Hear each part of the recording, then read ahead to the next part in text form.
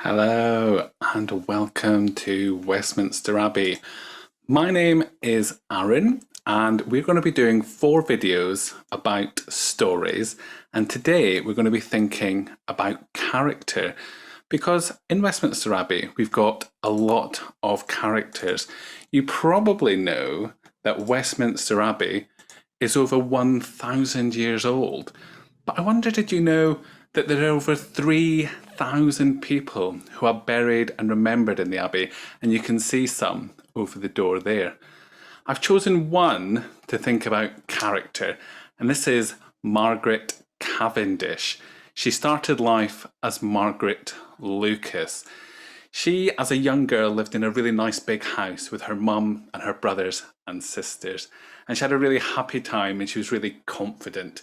And she loved reading and writing. And what she wanted most of all was to be famous. And when she found out that the Queen was coming to stay near her house, she had to meet her. And eventually she became a lady in waiting to the Queen, someone who helped the Queen. She thought this would be a fantastic idea, but what she found out when she arrived at the royal court was that she really didn't like it. And for the first time in her life, she became really, really shy. She didn't want to say anything rude and she didn't want to say anything wrong, so she decided to say nothing at all. Absolutely nothing. And she wrote a letter to her mum. Please, can I come home? But her mother said the royal court was a place of opportunity and it would change Margaret's life. What they didn't know was how. Suddenly, England was a dangerous place for the Queen, so she fled to France and Margaret went with her. Margaret was suddenly isolated from her family, her country, and all of these people who she didn't like to talk to were all around her. There was one person who liked that she would shy and would write her little notes and little poems, and she would reply. I wonder if you can imagine who that person might be. Well, he became her husband because he liked everything about her, and his name was William. And eventually, they were able to return to England about 15 years later and live in a fantastic house called Bolsover Castle. You can see it here, dramatic on a hill. And maybe it inspired Margaret's personality.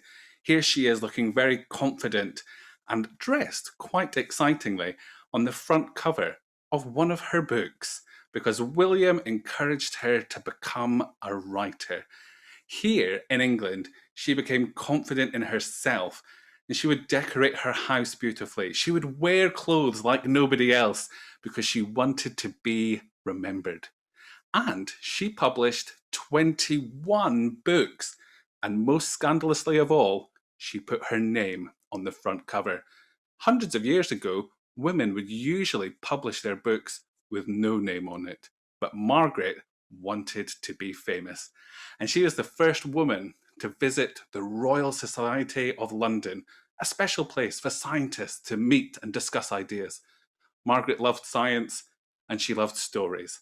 And so she combined them to invent science fiction. She wrote the first science fiction story. And I bet you like lots of science fiction stories as well. I do, so I'm really, really grateful for Margaret. Now, Margaret did want to be famous, and she made it. She was buried in Westminster Abbey, right by the front door, and her husband wrote that she would be remembered forever. And 400 years later, here we are, still talking about her. So I think it worked. And what a fantastic character. So we want to be thinking about characters in stories. How do you build a character? So let's think about Margaret. What do we know about her? She was shy in the royal court, but she likes reading and writing, and she's very, very thoughtful. Margaret liked to think about who we are and why we are. So that's a good idea for a character. But other things that we might think about are that she was brave. She had to run away to France. and lived there without any friends for a long time, that she likes exciting clothing, and that she wanted to be famous. And she was able to use the fact that she liked reading and writing to help her achieve her goals. So maybe your character has goals and dreams. So how are you going to get into character? Well, you might want to dress up as your character and let someone ask you questions, but you have to stay in character and answer as them, not as you. You could be random. Open a book, point at a word, and think about how that word might tell you something about your character. If the word is smelly, maybe your character is smelly. If the word is laughing, maybe your character loves laughing, or maybe they hate laughing. You could play games to make decisions about them. Maybe a grown up could hide two kinds of food behind their back, and when you choose one hand, that tells you what their favourite food is. You could draw a picture of your character, include the front, the back, and side images so we can see all round. Or you could do a close up. You could even draw some extra clothes, hats, or wigs that character might wear. You might want to think, is your character a little bit like you?